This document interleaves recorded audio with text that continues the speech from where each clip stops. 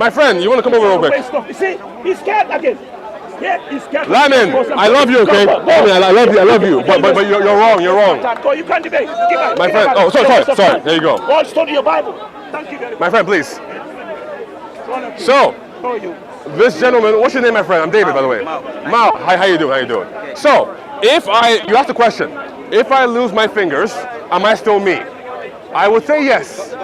Why would I say yes? My fingers are not essential. I don't have to have these to be me. My identity is based on a composition of things that aren't just my finger, okay?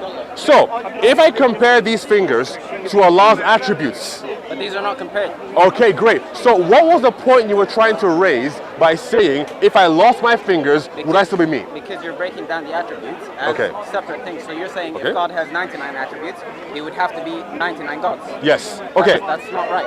Okay, wait. Comparable, so you can't compare him to normal things that that's fine. I don't know anything that has 99 eternal attributes, so that's fine. Yeah, because nothing's like it. Awesome. So I'm not talking about anything in particular. I'm talking only about Allah. Okay? Yeah. Okay. Awesome. Now, you said that I am breaking down the attributes, but the attributes are not the same thing. They are all distinct from each other. Al-Hay isn't Al-Haq, so they are already different anyway. Yeah. So they are already broken down anyway. Yeah. Okay. But not different. I haven't done anything wrong. So can you be, can you be tall and black? Okay. I can be tall and black, yes. Yeah. Yes. Those are two descriptors. But they are not essential qualities. Okay? Now, if we go back to Allah's attributes, are they created by Allah or have they always existed alongside Allah? What does your Aqidah say? So if you existed without a heart, would you be existing? Well, yes, because people live without hearts, yes. Now, if Allah... Can someone be born without a heart? Yes, that's a condition, unfortunately. Without... And they're living. Well, through medical technology now, they can. It's possible now, through medical condition. So they can either be born without a heart or with a undeveloped heart, and they can still survive with surgery. Undeveloped means they still have a heart. Yeah, but it's not functioning. So, like, is a heart a heart without functioning? Can you completely not I have think lungs? in some rare cases you can. So can someone be not having any lungs, born without lungs, and live?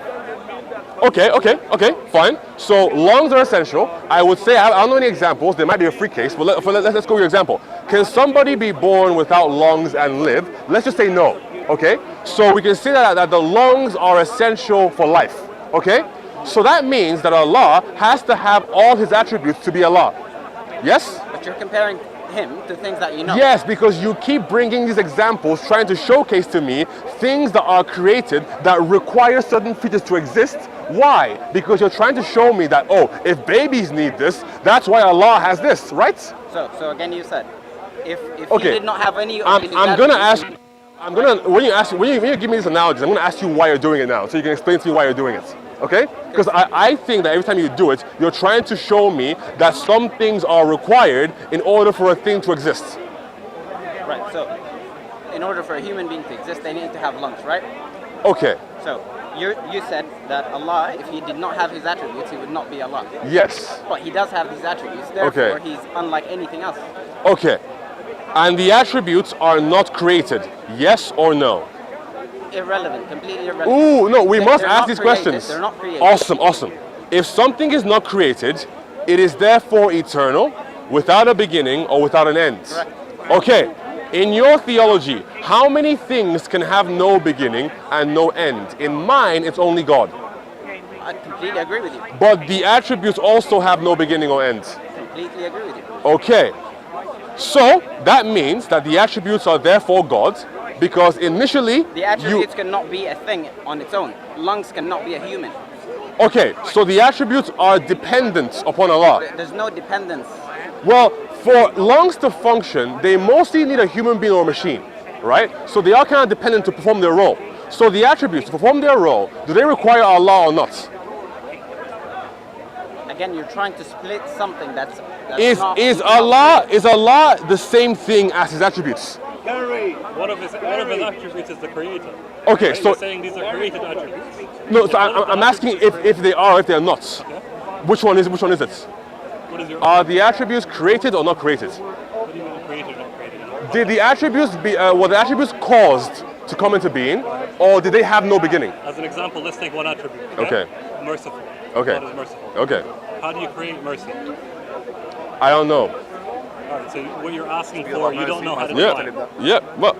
You're asking for something you don't know how to define. Okay. To be No. merciful, I do know how to define there has to mercy. be context, You right? asked me to define how it was created. I can define mercy, but I can't describe to you how it was created. So I am not describing something I don't know how to define. I can define it. we're on the same page. But to be created, that means something different. So again, I'm asking you, do you think that, for example, in my theology, the love of God is not created, and the love of God is equivalent to God? right. If you talk about God's love, that's the same thing as talking about God. When we talk about Allah's attributes, are they equivalent to love is an Allah? attribute. That's the same thing. Well, love is an attribute. okay, so we Equivalent in regard what that one. context? Sorry, equivalent in what way? Does Are you trying to does the Creator equal the whole of Allah? Everything that Allah is that what the Creator is? So, what do you classify the love of God as? The love of God is an essential quality of God, which without there wouldn't be a stable universe. All right. So, all these are the same thing. The 99 attributes are the same definition. Okay, so the 99 attributes are all equivalent to the whole of Allah. It's not an I'm trying equivalent. to Are you saying understand the love is equation. How are equivalent you to? equating the two? Okay, Allah is one, and there are 99 ones. Attributes to the one. So you can have multiple attributes to yourself as an individual. But Allah isn't like me, so my attributes are created, Allah's aren't. Okay. So in what context is what I'm trying to say? So if we take merciful, we said as an example. yes, How do you equate merciful to Allah as an entire entity? you tell me. No, you're asking the question. We're not- What do you we're think? saying it's not created. So are you saying that mercy is not equal to the whole of Allah then? What is the equation? This is what I'm trying The to ask. It doesn't equation, make any sense. the equation is that there is one, which is Allah, Okay. and then next to the one, An attribute. there's a One of- comma, one of and the then there are attributes. 99 ones. David. Are the 99 ones equal to the original one? David, So it's a it's not mathematical next to the equation. one. Yes, so does 1 equal 1, 1, 99 ones? In the context of mathematics. Sure, if you want to do it, because just for an equation, right? It's a I don't qualitative- It's believe. a qualitative description, being merciful. Oh, so it's not a real thing. It's not a quantitative measure. So it's not real. You It's cannot- you cannot say to me, merciful Yep. is equivalent to Allah on its own. okay. So is it a part of him? It's a description Okay. for someone like you, for someone like me to understand the attributes of God. Like you said, there are multiple attributes to God. Like I said, there could be multiple attributes to your personality, right? It doesn't have to be necessarily the one. If I say that you're tall, you being tall doesn't define you as in your entirety, right? Okay. There's a lot more to you. Okay. You could be intelligent, you could have all of these other attributes to you. Okay. So how are you trying to equate one attribute to the entire entity? This is my question. This is what I'm trying to understand from you. Okay. So you're telling me is that me being tall, me being black, however the case might be, does not equal to the whole of me. Okay. So why am I trying to equate a single one of my qualities to the whole of me? Yes. Okay? So I am not doing that. I am a composite being. I am made of parts. Is Allah made of parts? Sorry, I have to stop you right there. Okay. That is what you're doing. You're asking us to equate one of these measures to the entirety of I'm God. asking you, does it? I'm not asking you to do it. I'm asking you, does it? Yes or no? Does one of the qualities equal Allah, or do the qualities not equal the whole of Allah? Therefore, Allah is composite. He's made of parts. He's not made of things. That's a description of him. What are we describing? Are we describing something that is abstract, imaginary, Go- or something that's real? Is the Just go mercy back of God a step. real thing? Go back a step. Where Okay. you said the love of God. Yes. How do you not have that same mentality with the The love attributes of God, The love of God. the love of God in Christianity Yeah. is equal to the whole of God. The love of God is an essential quality of God. Without love, there is no God. Without God, there is no love. But is he merciful? You can ascribe attributions to God, but in the Bible, it distinctly tells us that brothers and sisters love one another because God is love. So we take from question. that essential, in the essential nature of God is love. Love is equal to God, and without God, you can't have love, and vice versa. Can God punish his creation? God has the ability to do so. Yes, Has he done so in... He has. All right. So if you were to only define him as a loving God, Yep. or this one characteristic Yep. defines God, Yep. in what context is that action of punishment? You're presupposing that love does not also mean the ability to punish. Okay. So you're gonna have to prove that love means you can't punish. So that means there's another attribute, not just love. So, these are not attributes, these are actions. So now, when you're talking about punishment, punishment isn't an attribute, it's an action. Love is the essential quality that I'm talking about here. So when So it when comes he- to sorry, Allah, when he asked are about- any of his qualities essential, as in, without them, would he still be Allah? Yeah. If he had 98 names and not 99, would he still be Allah or not? Yeah. Yeah, absolutely. He would. Yeah. Okay, so what is the purpose of the attributes if they are not essential? What do you mean? In what context are they essential or not essential? So, as something that is essential would imply that it has to exist, it has to be there. It is a quality which without negates the ability of a thing. So if Allah The was ability not... of the thing. Yes. If Allah was not all merciful, if like he lost the attribute of mercy, would it still be God? Yes, Why? because he has the other 98 attributes Okay. that we discussed. For instance, him being the creator, he cannot lose that attribute because he has created already, right? There are creations. If this entire humanity were Okay. to just disappear, Okay. the creation is no longer there, but the creator is, right? So in the attributes, there's a hierarchy. In what context? So there is no way that Allah can lose the ability to be a creator, but potentially he can lose mercy. No. No. Well, mercy, no. you, did not say that. so when I just said that if you took away the attribute of mercy from Allah, would it still be God? He said yes. He's still God, yeah. Because he has the other 98 attributes, Yes. right? So it implies, but then he said further that you can't take away the attribute of creation Yeah. because he has already created. Yeah. So it seems that among the 99, there are some that can be taken away and not affect Allah being God, Okay. but some that have to be there. In response to that, mercy being taken away as an example in Islam, Day of Judgment, there is no mercy. So you cannot ask for mercy on the Day of Judgment, right? At this point, all of your sins and your deeds have been accounted for, and there's no more changing the balance of that, right? So mercy is no longer there. God is still there. God, his role as God is still there. in his Okay, entirety. so that makes it even more interesting. So there's a context there. There are some attributes that aren't eternal, but some are.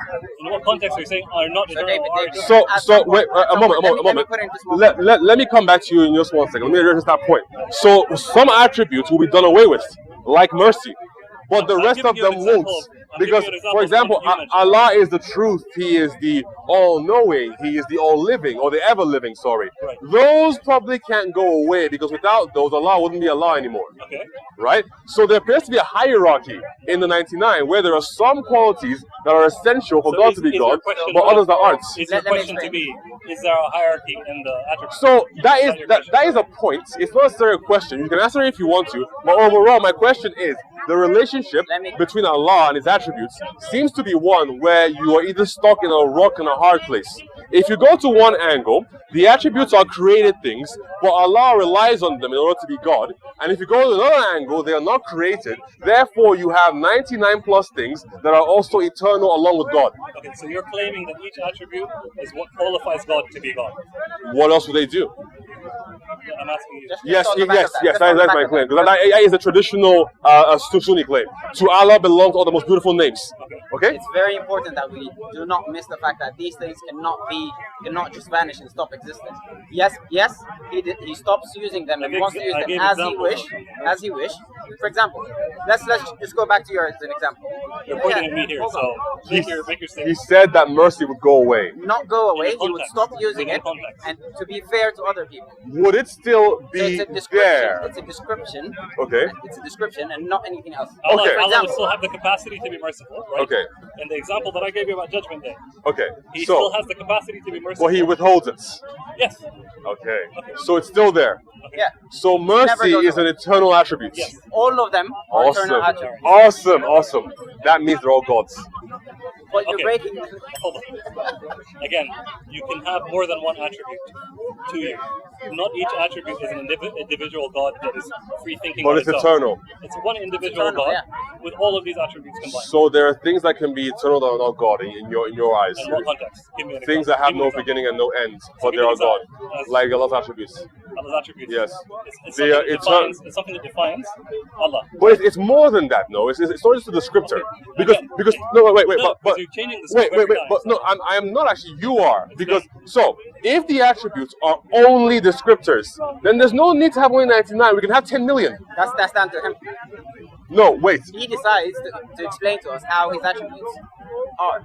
So we don't decide. So if you're saying that the attributes are only descriptors, then that means that we can add an infinite number of Why descriptors would you add to those God numbers? If these because are the they ones are that only were- just. if these are the ones that were revealed to the Prophet Muhammad. Okay. Why would you then go out of your way to add new ones? There are words that Muhammad never knew, expressions that he never knew, ideas he never Give me knew. an example.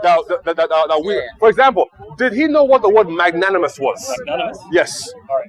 Define in your context. Magnanimous is when somebody is charitable even to their enemies. Okay, so is there no attributable name of Allah That is magnanimous. that is not in No. the same context as magnanimous? No, I'll have to. I don't believe so. I think I read them all. Define magnanimous, and I'll translate it. Somebody who is merciful and forgiving to their enemies. Ghafurun Rahim. Well, no, that is the most merciful. But Allah is not merciful to those people who disobey Him, who forget about Him, who turn away from Him. But he's So, merciful even to the enemies. but how so when it says that Allah does not love the unbeliever, the kuffar, the one that turns away from Him? In Surah 43:61, it says that if you forget the remembrance of the All-Merciful, that He will send demons to be your companions. Sorry, I mean, you can be loving and not love something, right? well, you can be loving and not love something. That's interesting, right? So, if you possess, no, it depends, right? Are we talking about human love, where I can love you and hate him, Okay. or define is human it? love. Huh? You mentioned human love as a phrase. Okay. Define human love. It's created as perishable, and it's only a fraction of what a true agape love is. Okay, something that is perishable. Yeah, human love, absolutely. What is a godly love? Ooh, godly love is eternal, right? So, Can that godly love be separated from God? no, I say it can't. But we're saying all attributes cannot be separated. Okay, so that means that Al-Hay is equivalent to Allah. It cannot be separated. Al-Hay is equivalent to Allah, yes? Or is it only a part of Allah? It's a description. Al-Hayy in English means the living. Okay.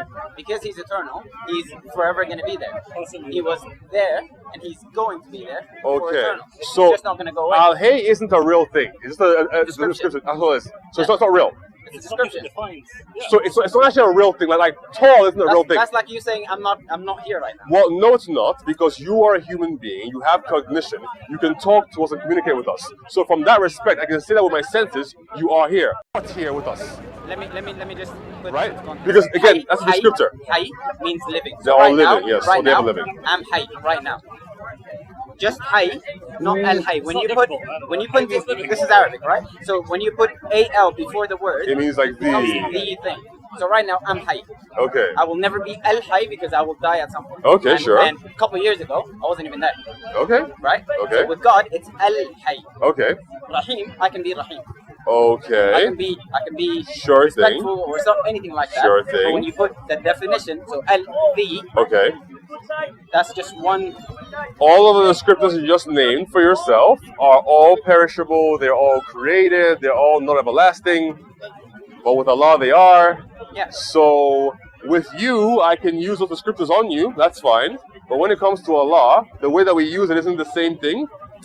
So I have a So that How would you- mean How would you understand God if He does not give you attributes for you to understand? through His actions.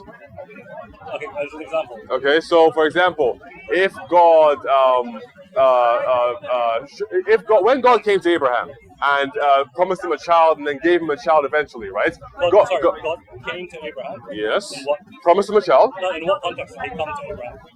Physically he came to Abraham. physically talked to Abraham, right? The incarnation. Not the incarnation. Sorry. So let me not say the incarnation, but God, the Word in particular, in Genesis appears to Moses in the form of a man, very similar to how in Surah 19:17 the Spirit of Allah appears to Mary in the form of a man. The Spirit of Allah. Yes, You're yes. referring to Gabriel. No, the Spirit of Allah. Okay. Those are two different things. All right. Okay, so. So just before you continue, I'm going to let you continue. But Okay. we do not believe that God can be in the form of human. He cannot turn into the form of a human. He doesn't say Not that. reveal. He would not reveal because he's himself. referring to Genesis. He's referring to something that we don't necessarily believe in. Well, you basically do because we live in the same story and everything. No, right? No, but we don't believe God would reveal Himself to humans or any. Does he ever say that anywhere? Sorry? What? Does he ever say anywhere that I will not reveal myself to you in the form of a man? Anywhere? In the Hadith, in the Sunnah, sorry. anywhere? You don't prove the negative, right? You prove that he has done something. Yeah. So, No, so because there are many things Allah hasn't done, for example, in right? Genesis, That we that can God then. came to Gabriel, right? No, that he came to Abraham. Sorry, Abraham, excuse me. In the Quran, does it say that? No. Okay, so you're asking us about something we don't actually believe in. Well, okay, here's the problem. I'm sure you're aware already. If you've ever read the Bible, the Quran is lacking severely in context. So you're going to have to I can make the rely. same argument, though. It's So my not. point is on You this can't. specific point. You can't, unfortunately, You because can't talk to us about something we don't believe in. you can't. Yeah, you can't make sense about Okay, so the here's Bible, a right? question. Here's a question. Because I wanna let me give you the finish. same- Let me Alright, finish. go ahead. Because unfortunately, in the Quran, it's not really a descriptive book. Right. It's sort of just interprets things as though that the people who are hearing the recitations are already aware of who Moses is. They already know who Abraham is. Right. Blah blah blah blah blah. Yeah. So in that case, we can just say, "Oh, remember that one time when Moses saw Allah in the bush?" Right? You realize the It Quran doesn't came have- after the Bible and the Torah. Which is why it's assuming. So it's presupposing that those people who it's telling the stories to already know about these stories. Right. So in order for you to know about the stories, you have to refer to the text where they came from, which will be the Old Testament or the New. So what's the purpose of the Quran if we can just refer to these ones, right? I don't even know, to be honest with you. Exactly. You don't I don't know what the my purpose point is. My point is, I don't think from there's our one, context, from personally. our context, the Quran came and completed the things that were lacking. But in it the didn't Bible and complete Torah. anything. For you, as an individual. Like, I mean, for example, for you to say completed something, you'd have to like showcase that Which is something the was. argument that the brother was making earlier, that Jesus actually didn't claim to be God, But he did. according to the Bible. Yes. Which we believe is not correct. The Quran came to resolve this You issue. have no way of proving that it is not correct. The Quran literally takes whole sections of scripture from the Bible and just puts it in there without That's telling correct. you if it's Some of the correct Bible or is wrong. correct. No, but you see, there is no The argument is principle. that it's distorted, not that it's Yeah, not. but there's no principle that you can use to tell what is and is not distorted. Because the Quran is not an exhaustive list of everything in the Bible that is correct or not correct. So which Bible are we referring to? Version 1, 2, Old Testament, New Testament? Which one? Which Quran are we referring to? There's only one Right? Quran. Okay, so only one. in that case, there's only one Bible. Okay, Okay, so they it's actually- been made of an old, Sorry, it's made of an old and a New Testament, But they're conflicting. as are all of your David, Qurans. David, Okay. how All of are the you saying Qurans. there's Yep. one Bible? The one So, Quran. so all of your Quran written traditions, all of your Quran translations. For example, you mentioned that Gabriel was the one who came to Mary. I have read the Sahih International, and it said that it was Gabriel who went Mary, there. You said Abraham. No, to Mary. I didn't say. So, okay, you're confusing two things again. You're confusing two things. I told you that in the same way that God came to Abraham in Genesis, it's the same way as the Spirit of Allah came to Maryam in Surah 19. Then you said it was Gabriel. I've seen that before. In the Sahih No, it wasn't International, Gabriel who came to Mary. that's what you said. No, I'm sorry. That's Okay, my no, mistake. well, you Gabriel. haven't made a mistake actually, because in the Sahih International translation of the Quran, it does say Gabriel. Oh. But actually in the Arabic it's the Ruh Allah, the Spirit of Allah. Right. There is no equivalence to Gabriel and the What is Spirit the of Allah. context? Sorry, the context of spirit to you means that God came in the form of a spirit to Mary. Well, What the Quran is saying. the Quran says that he came as a man. God The came as a Quran. man. Well, here's the funny thing, right? Oh, you're No, getting it's into not. sticky No, water. It's easy to resolve. Surah 1917 to 1919 talks about the Spirit of Allah coming to Maryam in the form of a well-proportioned man and saying to her, the Spirit of Allah came to Maryam in the form of a well-proportioned man. Okay. It then says to Maryam, do not be afraid, I am a messenger of your Lord, I will bestow upon you a pure son. I'm a what of your Lord? I am a messenger of your Lord, I will So I'm not bestow your Lord. upon Having you the messenger of her. I will bestow upon you a pure son. Now, we fast forward to Surah 66:12, where the same story is told again. And it says, remember Maryam, who protected her chastity. So we blew into her something of our spirits, and she conceived. So, in the one hand, in Surah 19, it is the Spirit of Allah who's performing the bestowing of the child. Later, it's Allah who's blowing into Mary and having the child be conceived. So the Spirit of Allah and Allah appear to be partners in this creation of Isa. The Spirit of Allah that referred to Allah that I'm referred the to messenger itself of Allah. as the messenger Well, of Allah. what I would say there is this is simply incarnation theology, It is a where linguistic issue the what you're divine comes in as in the form of a servant, aka a man, Yeah. and then can say that I am a servant in the same way that Christ That's is called a servant. Yeah, That's just correct. so we clarify that point. Okay? It was an angel that was sent to Mary. That's not what it says. Sorry. That's not what the Quran says. But you Yeah, literally I'm said, I'm a explaining to you messenger what's of Allah. That's fine. So I say this. In the same way that we believe that when Christ was on earth in the incarnation, that he could claim to be a messenger because yes, he is here in the form of a perishable thing to deliver a message. Allah can also claim the same thing when he comes as a man to Mary. Our argument, again, in the Quran, Jesus was a messenger of God, right? He was not God himself. Sure thing. Well, that's not agree with that. Exactly. So, Because he's divine. no. So, we he has to all be God. understand here that, for instance, you follow the Bible and its interpretation of Jesus Christ. Our interpretation of Jesus is that he's a messenger. Yours is that he's God. I would say yours is incomplete because you don't have enough words of his. You I can can't make tell the me. argument. I can make the argument. Well, okay. There's different versions of the Bible. One claims where Jesus claims that he's God, and in others he does not. He claims that he's a messenger. Which is the one where he claims is God, and then which are the ones that say he's not God? Can you tell me that, please? Maybe you can, because you're the expert in the Bible, right? Okay. This is what you believe. Thank you. Because I'm the expert, Go ahead. I can tell you that all Bibles say that Jesus Christ is God. There we go. All Bibles say that. All Bibles say it's God. Yes. All right. I'm very well aware that Yep. there are multiple verses in the Bible. Yep. Right? I'm sorry that I can't refer to them. That's fine. I'm No not worries. No worries. So But say there roughly, are, and then I there are can. multiple verses Okay. in the Bible where Jesus mentions that he's the messenger of God, Which is true. right? But it conflicts with the argument that he is God. Well, no, because that is what incarnation theology means. If the infinite comes to the finite, the infinite cannot display all the qualities of the infinite in the finite. So if God is infinite, and then God comes here, in the Quran you have so all the time. Allah appears to Moses in the burning bush. Allah appears behind the mountain, and then the mountain explodes and Moses passes out. So the infinite can enter the finite in some kind of meaningful way, but cannot display the full magnitude of his ability. So Allah speaking to Moses through the bush. Yep. It's not Allah being the bush speaking to Moses. Okay, then again, what's happening there? So I'll give you the back story to it, I guess. Moses is traveling in the dark in the desert.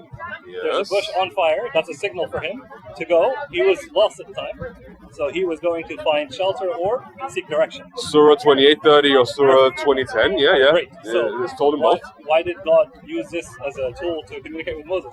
He needed to speak to Moses individually. Okay. Moses came to the burning bush. God spoke to him. God wasn't the burning bush.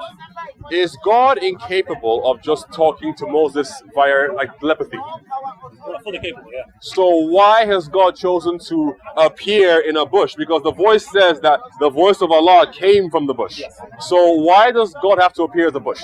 Now imagine this. Okay. Moses is traveling in the desert with his Yep. family. Yep. Starts speaking incoherently to a voice that only he can hear. Okay. Do I need to continue? Yes, you do. Okay, Moses is going to seem Because- like because- a madman to his own family. Right, people he's but traveling with. he's Yeah. right, but he seems sane in going up to a fire and coming back down to his family and saying, "Hey, wife and kids, a fire just told me to go do something." That's sane to you. It's look again. You're asking about a specific scenario here.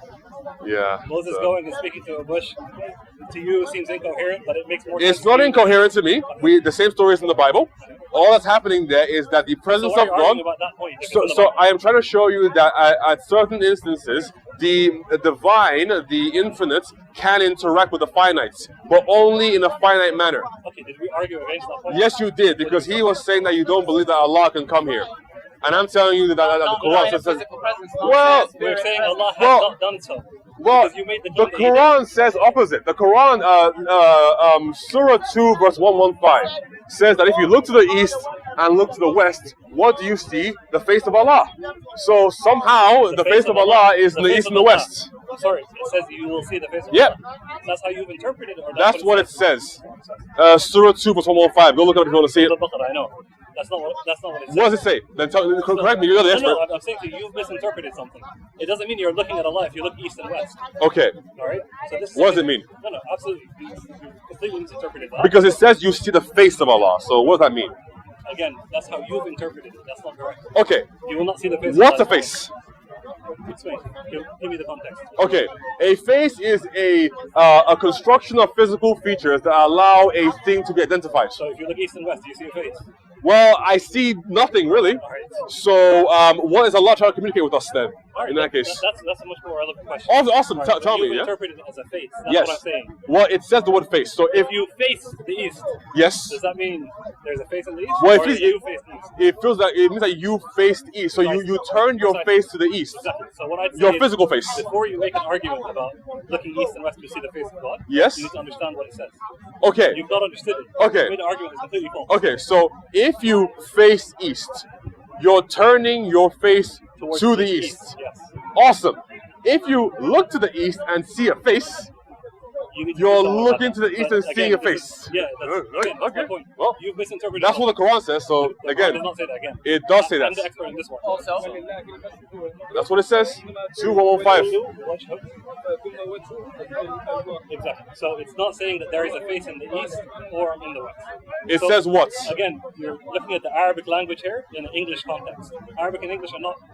Awesome. And that leads me to an even better point where it would seem that this religion is only for the Arabs, as it says in the Quran. It says that this is this only for Arabs. context, Well, it says that Allah has revealed this to you in Arabic so that you may understand. no, we're saying Now- the translation is incorrect. Now, Yeah. if you are not Arabic, how can you ever really hope to understand what the Quran says? You study it. Most people will never study Arabic. Most people will never understand choice. Arabic. That's not choice. Because So, in Europe, back in the days, when they had to learn sciences from the Arab world, Yep. Europeans had to learn Arabic to go and get that knowledge. and then So it's quite the doable to learn Muslims, the Arabic, right? the Muslims before that had to get Greek-speaking Christians to translate the works of Aristotle into Arabic so that they could understand it. But if you look today, how many percent of the entire world can speak Arabic? See that a Muslim supporting. I can't believe it. Masha Yeshua, you're also going to become a Christian one day. Well done. Look at that. If you look today, the only I think about the preservers of the Arabic language really aren't the Arabs themselves. If you look in Indonesia and Asia Yep. and Persia, Yes. I think these are the ones that have really kept the Fusha, the classical Arabic intact. Well, potentially, but I think only about like 8% of the entire world speaks Arabic fluently. Are you within that percentage? I am not. Okay. So that would mean that essentially, for 92% of the entire world, the Quran is inconceivable. All right. If I can make an argument against that, Because the Quran itself says this. It says it in Surah 12, verse 2, and That the Surah Quran is 43, revealed in verse 3, Arabic, yeah. so that they will understand. Why- So why would it- I'm not why would Arabic. it say that? Huh? But why do you think that? Has it I- got, has I it not think got so. something to do with the elegant Arabic I don't think language so. in this? I- The sciences in the actual the language. I wouldn't say so. I would simply say that Islam is a local religion. There are thousands of local religions. From my neck of the woods, I come from Nigeria. Before my people were Christianized, right? We had our own local religion. The world centered around us. We were the oldest people in the world. We had hidden knowledge. God favored us. So there's many local religions. But you can say So the same I thing just with- think it's with the same thing. Christianity. Well, you can't because from the very onset of Christianity, so let's just say when Christ ascends into heaven, from the very onset, you have people coming from all parts of the world to Jerusalem, learning the gospel, and then taking it back to their parts of the world simultaneously. Which is why in the first century, in the first like 0 to 99 or whatever, you have churches that are in Egypt, that are in Ethiopia, that are also in Rome and in Turkey. So it's not for one people. Like from the very beginning, it was absolutely fine to translate the gospel message because really it was more of a song than it was. Huh? Yes. Sorry? Yeah, but those came way later. I'm talking about like 0 to 99, like AD, like thousands of years ago, way back in the past. sorry, what language was Jesus speaking? Jesus probably spoke many languages because, Aramaic. The answer is Aramaic. It's one language. well, So, again, when it was revealed to him, the Bible you was would have to revealed prove Yeah. that he only spoke Aramaic because, as we know, in the ancient world, people spoke multiple tongues because there wasn't a singular common language. The British Empire hadn't gone yet and they taught everyone English, right? Yeah. So probably he spoke at least Aramaic, But you can't probably prove that. Greek. You can't prove that. Sorry? You can't prove language. Well, I can because he talked to people who wouldn't have spoken Aramaic. In the Gospels, he speaks to a centurion, a Roman soldier, a high-ranking one. They don't have to speak Aramaic because Jesus Christ came from Nazareth. So he must have spoken a Nazarene dialect of Aramaic, which is like very, very precise. So a centurion wouldn't be speaking that, meaning that he would have to talk to him in Greek. So can I make an argument on that point? The gospel. So the gospel message was transcribed by the apostle John, or the disciple John, sorry, the disciple Matthew, the apostle Mark, and the apostle Luke. They are the ones who transcribe these and then spread them. you know, I was brought on Catholic. So, Okay. My understanding is these Gospels were written about 100 to 200 years after the death of Jesus. That's not true.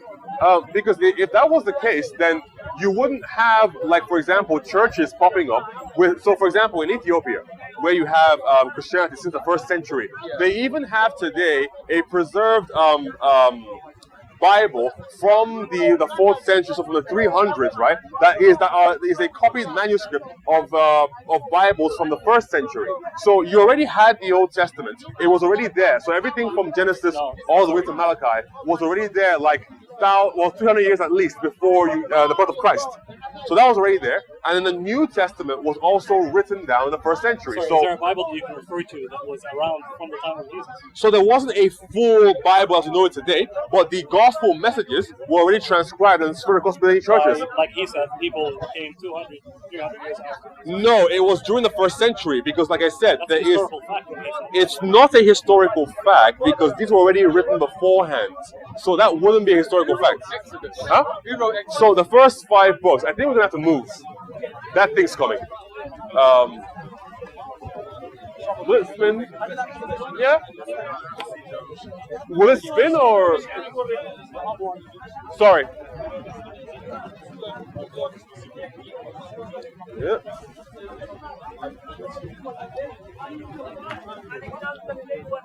Apparently got a seizure. Sorry. Who wrote Exodus? Exodus is attributed to Moses. So it was either Moses or his scribes, because in the story of Moses, he is raised in the house of the Pharaoh, and so it is from what we know about ancient Egyptians, it is like okay to assume that he was at least educated enough to write. So likely he wrote like some of the first like the scriptures of Exodus, but also he taught these to his scribes. And when he died, Joshua and Aaron were there in his stead to take over. And so they probably also wrote some of that too. So the first 5 books, the Genesis, Exodus, Numbers, Deuteronomy. Would have written like, and Moses went to this, and Moses done that. But you right, is an I went here, and I went there. Well, again, like unless some sorts of, I generally don't know because again, he was raised. So we can assume some things, right? He was raised in the house of Pharaoh, and we can't say for certain what they spoke in that time, but some sort of like Proto-Coptic or something. I could be completely wrong. But at least later in the book of Acts, we learn that Moses was apparently well studied in all the ways of the Egyptians. So we can at least know that he knew a little bit about their history, about their writing system, whatever the case might be. But also because he was writing these like scrolls now for people who were not Egyptians, we can also assume that he wrote them probably in some kind of language that they could understand. He published it in multiple languages. I would say probably in a language that they could understand, because I don't know if they could speak the children of Israel, Israelites. who were with them at the time. Spoke one language. No? Well, again, we're not sure, because technically, if you're away in a land for 400 or something years, and also the people who left Egypt weren't just Israelites, there were also other people who were slaves there, we can't assume that they only spoke one language. Probably more. So the argument that Jesus made to Pharaoh, let my people go, he was talking about That Moses. Israelites, right? That Moses made. Yes. Was, let my people go. Because he's born of them, his parents are Israelites, yes. The Exodus was the Israelites leaving Egypt, right? Israelites and other people as well. And yes. other people. Yes. So he wrote the Exodus in whatever language they spoke as Israelites, Yep. and it was incoherent to the other people who were there. I can't say for certain, because I can't say that the other people who were there You're wouldn't be. claiming that he wrote it in multiple languages. I didn't say that necessarily, but you could say that probably safe to assume he potentially did. Or they had some kind of shared common language in which they could potentially read, for those who could read. And that language would have been different from what Jesus spoke. Very Aramaic, different, right? because we're thousands of years departed, right? Yeah. Like English 500 years ago is hard to read today. Yeah. So, okay, Yes. the argument that I made earlier, Yep. when you misinterpreted something from the Quran because it's in Arabic, Okay. facing east and west, Okay. can we not assume that the Bible also made mistakes linguistically if it's not written in the language that Jesus spoke? So the Roman Bible. Okay. That's a good point. Okay. That's absolutely All right. right. So, luckily for us, things aren't just translated using Google Translate.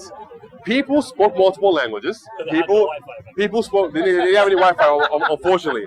People spoke Greek and Arabic. People spoke Greek and Persian. So these people were capable of understanding a message in one language and then transcribing it into another language. That's how interpreters work. So And we're Sure. assuming they were all linguistic experts. Well, they should have been, right? been, but were they? Because, well, again, they should have been because committing that work is a very important skill that not just anyone can do. Absolutely. So you have to be someone of an expert. It has to be a trade for you, for example. You wouldn't be a carpenter and then be a translator unless you were somehow very skilled in both. So which university or which entity transcribed the Bible into multiple different versions? So, like I said, languages? it was being done from the very first century. By the Romans as an example. Well, the Roman not Bible. just there is no Roman Bible. Apologies. Yep. Which Bible are we actually referring to. Yeah. So one is there it? Which aren't.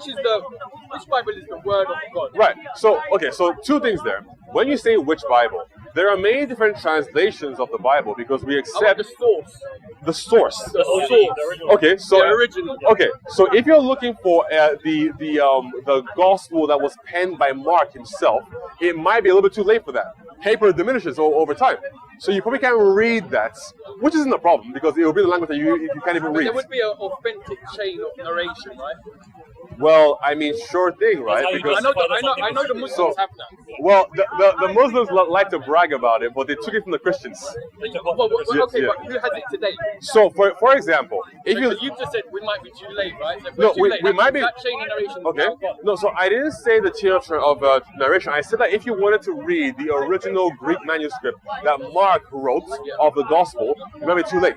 In the same way that the Quran that was written apparently like 2 years after Muhammad died is gone now. You can't go read it again. After Muhammad died, you said? Yes, you can't go read it again. It's gone now, right? The Quran. No. I think we need to touch on that because in the time of Muhammad, Yes.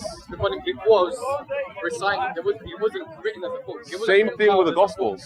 They were recited But first. the thing is, you can go to every part of the world now, Okay. right? And you can find somebody here who has memorized the whole Quran here. You Okay. can go to the other side of the world, Okay. and you're going to find people that have memorized the whole Quran. What does that? 100%. What that means, Okay. what that shows, is that there is something very authentic and profound in that book, yeah, in that Quran, that Okay. it has been preserved even to this day. That you could throw all the Qurans away, you could throw them all away and burn them, whatever, right? Now, this is true, right? And then the next day we'd have it straight back as it was when it was revealed in the time of the Prophet. Awesome. You see what I mean? I want to comment on all those things, if you don't mind. So, my friend, what you're feeding me is something that in this park we call the Dawah scripts. This sounds like something that you were told by a Muslim, and you've just taken it all as being true. Okay, but there are issues with this. I can go through them one by one for you. The first one being that in the same way that you said that the Quran was memorized and recited, that was the same thing with the gospel message. That's why it was written after Christ had descended, not before. People were learning it as songs, and it was being sung in churches as liturgies. So people were committing whole gospel books into memory. Anyway, now we have the printing press. We don't need that anymore. If you want to memorize the Gospels, you can. It's not the same as a Quran, so that's fine. Because people memorize something, whether it be an entire book, a play, whatever it might have you, doesn't mean it's divine. Many people around the world know Twinkle Twinkle Little Star. That doesn't mean it's divine. So all you can say by people memorizing it is that all you can say is that is proof that people memorize it. It doesn't mean that what they have is the same thing Muhammad had. Touch on the difference. The difference is there is a chain of narration of the person who that spoke it to that person to that person. So what I'm saying is, in Christendom, yeah. Yes. Do you have that as well? Okay, so you come to me. What- or here and you I say yes. Mark, Matthew, Luke, and John. Yes. Who recited it to them first? Okay, so Like from the source, from Jesus. Okay. Who recited it to them okay, first? so obviously, in the same way that Jesus Christ is the teacher, the rabbi of these individuals, Matthew, Luke, and John, he is the one who would have imparted the message of the gospel to them. Now, in Alexandria, in Egypt, we have a pope there, or a patriarch, and he is a descendant in what we call apostolic succession from Mark. So Mark founded the church in Egypt, in Alexandria, and he anointed the person to take over from him, and that has been happening since the 1st century till now. No, wait. And you have the same thing in Rome. Their pope, Peter, was the first pope, and he anointed his successors all the way from him till now. Peter Paul. No, Peter is Peter. Paul is Paul. No, but one of them changed the name, right? Yes. So Saul became Paul. Greetings. Yep. Saul became Paul. Okay. Who was it that was on the road to Damascus? That was Saul. But just those two examples, you have patriarchs in the east and the west who both descend in apostolic succession from disciples of Christ. Okay? So those are just two for you, right? Today, you don't have any caliph or caliphate anywhere that descends from Muhammad. Those are all gone. And Christ told us in the New Testament that the gates of hell would never prevail against the church. The church, through all the highs and lows, has been here in the first century and will carry on being here until Christ returns. But whatever Muhammad was setting up, it had its heyday, and now it's gone. It's gone? It's gone. The billions of Muslims around the world. So, that's not what Muhammad was setting up. That's not what Muhammad was setting up, right? Muhammad was trying to set up some kind of like global like caliphates, right? Where everything was ruled by an ummah or somebody who, for example, what happened after he died? You had caliphs, right? Now, I'm not sure if he said that we should have caliphs or whatever. You had caliphs, right? Where are the caliphs today? They are gone. Right? No one has them anymore. There are no more caliphates. There will be no more caliphates because now we have a world that is way too interdependent on a number of different political systems to function. So I would say that you're probably better off holding on the words of Christ compared to the words of Muhammad. And those have been transcribed to us through the churches. You know what? I'm ready to be a Christian. Amen. On Easy. one condition. On one condition. One condition. What is? Show me one verse in the Bible where Jesus says, "Worship me, I am your Lord." So that is okay. All right. So the problem with that, okay? I'll do it now. Right. So I want to just ask one question, say one thing, and then give you the answer. The problem is your faith in Islam so shaky that just because wait, no, I said I'll ask a question, I'll say a statement, and then I'll answer. That's what I said. Answer and make a statement. The first question is your faith in Islam so shaky that just because Jesus in the Bible, which you already kind of believe is corrupted, says he is God, you would leave? Yes or no? Or is his confidence in Islam so high that you cannot prove that Jesus said that? Is I a gave challenge? an offer that I know that firstly it can't happen. Okay, right. Okay, fair enough. So to be honest, That's fine. you know, Okay, fair I'm enough. a smart ass, if you like. Fair enough. Secondly, I've got absolutely no doubt, not an inkling, that Islam is actually the one true faith. And probably like yourself, I've spent many years as a Catholic, as a Christian, going through all of these things here. And it's a much deeper debate than this. But we have to be rational and we have to be logical, right, in our findings and what really is evidence rather than blind following. Okay. You understand? Because it sounds like you're making a lot of, kind of comparisons that are a bit vague. Vague, yeah. How specific should I be? Very specific. You must be. Okay. When we're looking for the truth, you must be very specific and as detailed as you can be. Tell me specifically why Islam is true. Which part? Like anything of it. From an intellectual level? Sure thing. Alright, so we've got a lot of things that are scientifically backed up in the Quran. You know that's not true anymore, right? What do you mean anymore? As in, like, the Dawah man himself, the Almighty Ali Dawah has said that it is nonsense. That there are no scientific miracles in the Quran. There's no what? Scientific miracles in the Quran, because science can change and the Quran doesn't. Now you're changing it. That's what he said. I like your word. That's what he said. Have you seen the video? Out of context. What he's saying that's is what he said. The Quran is the miracle. Yeah. So we don't whatever the Quran says. Okay. That's it. That's the miracle. That's what we believe. We don't need science to prove the Quran. So I've done a weak little argument here, I guess, by saying we got scientific facts. Yeah. Actually, it's a strong argument because you know about embryology in the Quran. He knows about it all. He's heard it 100 times.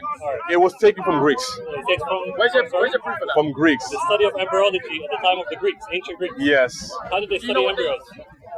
Anybody who has a farm animal or a pet, you don't need a microscope.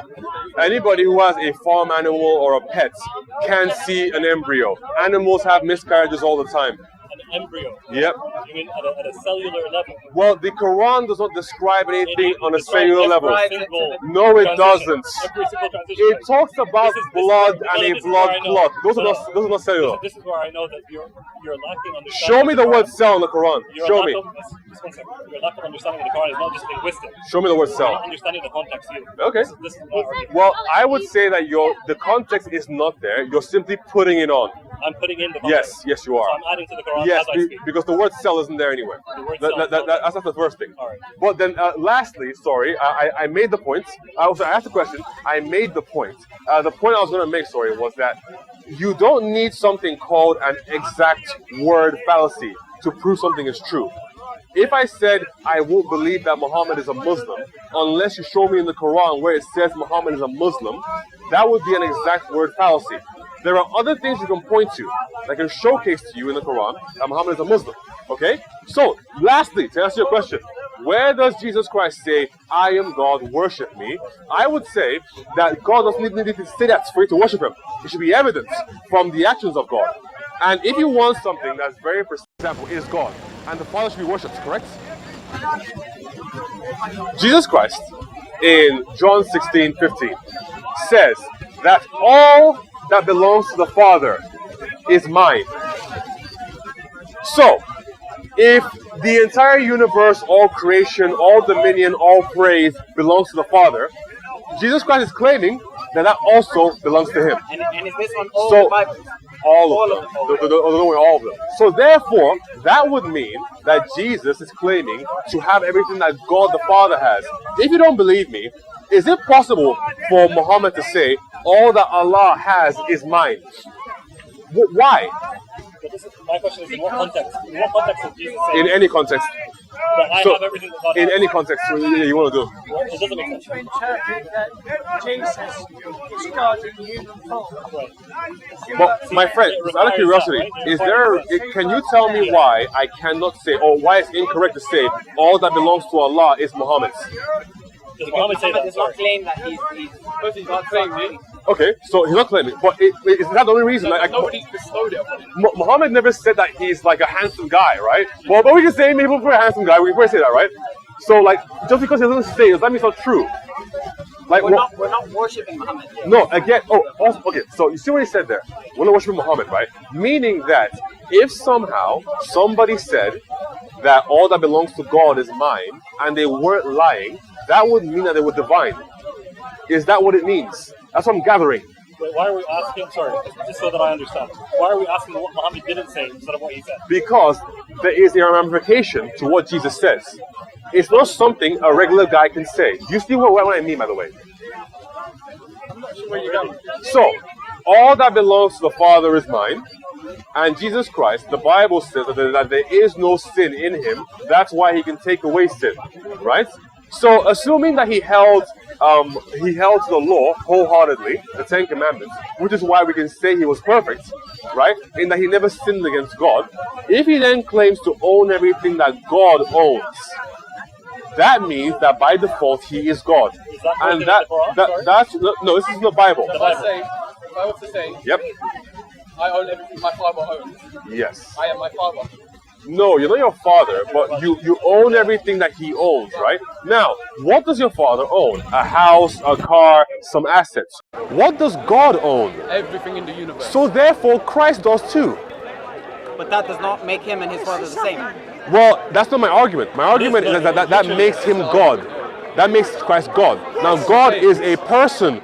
Sorry, Christ is a person of God. Christ isn't the Father. He is distinct from the Father, but he is God. Why is he distinguishing himself from God if he is God? Because God is tripersonal. Three persons, the Father, Son, and Spirit. He isn't just unipersonal. I'm trying to answer him. Oh, Jesus is God in human form. sure. Yeah, God in the flesh. Okay. Yeah. It's God in the flesh. Sure. No, but my friends here are Muslims. Yeah, I guess, yeah. My friends here are Muslims. I'm just trying to get into them. I'm just trying to answer. No, not a problem.